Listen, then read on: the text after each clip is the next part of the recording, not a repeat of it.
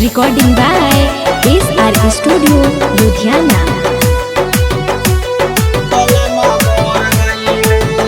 हे भौजी बड़ा उजड़ल लागतारू हो। हाँ ननदो सैया विदेशवा चले गईले। बलमा मोर गईले, बलमा मोर गईले, बलमा मोर गईले, बलमा मोर गईले, उड़ के जहाजिया बलमा मोर गईले, उड़ के जहाजिया बलमा मोर गईले, उड़ के जहाजिया बलमा मोर गईले।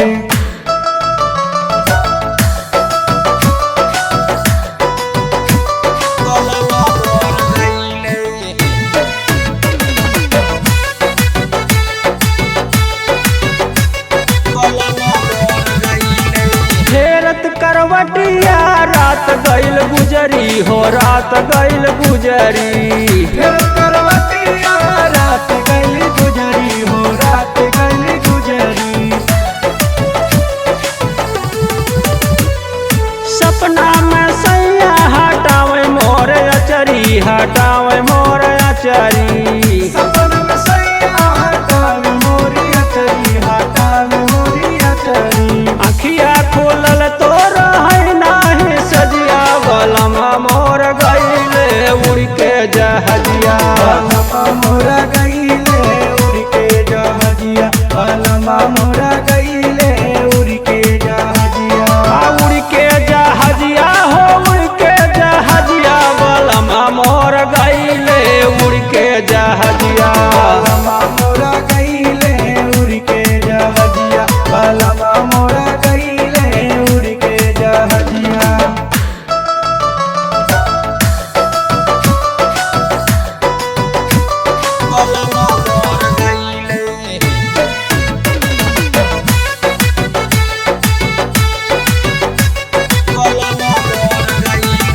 भेजले विदेशवा बालमुआ का हमारे, बालमुआ का हमारे, भेजल विदेशवा बलमुआ के हमारे, बलमुआ के हमारे।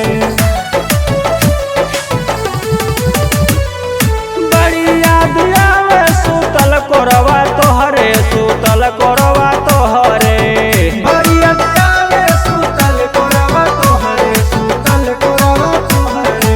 चढ़ली जवानी प्यार वाली अजिया बलमा मोर गईले, उड़ के जहाजिया बलमा मोर गईले, उड़ के जहाजिया बलमा मोर गईले, उड़ के जहाजिया।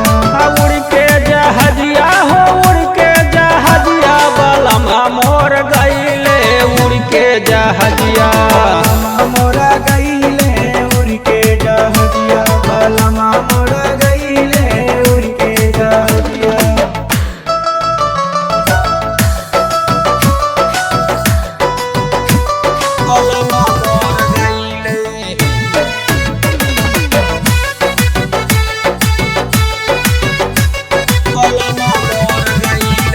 संजय चौहान लिखत राइटर हो, लिखत राइटर हो, संजय